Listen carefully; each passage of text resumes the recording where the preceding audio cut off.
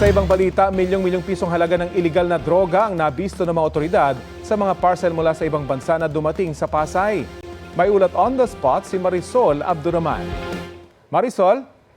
Rafi, iba't ibang klase nga ng illegal na droga ang na-intercept ng mga otoridad dito sa Central Mail Exchange Terminal sa Pasay City. Galing ito, Rafi, sa 39 na parcel na galing sa iba't ibang bansa. Ang mga kusa halimbawa ay galing sa Amerika. Galing naman sa iba't ibang bansa sa Europa ang mga ecstasy at ang shabu ay galing sa India.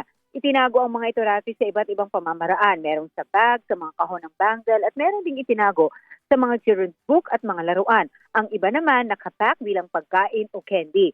Nagkakahalaga ito ng 41 million pesos. Merong mga pangalan ng mga consignee pero naniniwala ang mga otoridad na peke ang mga ito. Gayunpaman, sisikapin pa rin daw nilang matukoy ang mga ito. Rafi. Maraming salamat, Marisol Abdurrahman.